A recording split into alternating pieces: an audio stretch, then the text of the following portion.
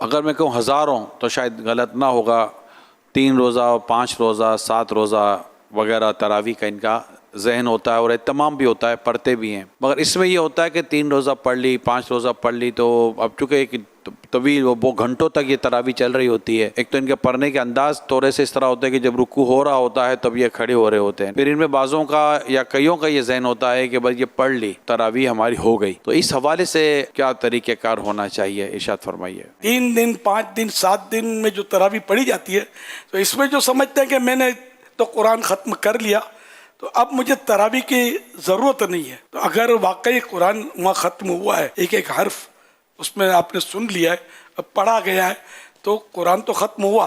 لیکن یہ کہ تراویح روزانہ سنت ہے، ڈیلی جتنی بھی رمضان شریف کی راتیں ہیں، اور سنت موقدہ ہے، فائنل سنت، ایسی سنت کہ جس میں آپ جس کو بلا وجہ ترک کریں گے تو یہ اجازت نہیں، اس کی اطاعت، اور بار بار ترک کی تو گناہ گار. اس لیے اس کو چھوڑنا نہیں ہے، ایک رکعت بھی کم نہیں کرنی، ایک رکعت ہوتی بھی نہیں ہے، 2 رکعت بھی نہیں چھوڑنی، برابر تراویح پورا رمضان تراویح پڑھنی ہے. اور اسلامی بھائیوں پر بھی اور اسلامی بہنوں پر بھی ہے نا، مرد و خواتین سب پر یہ تراویح جو ہے یہ سنت موقدہ ہے. رکوع کے انتظار میں بیٹھے رہتے ہیں پہلی رکعت میں، منع اس کی ممانت ہے.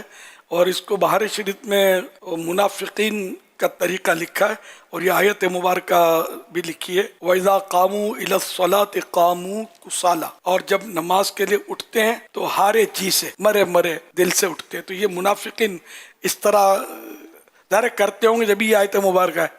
تو یہ کہ جو اس طرح مر مر کے اٹھتے ہیں نا،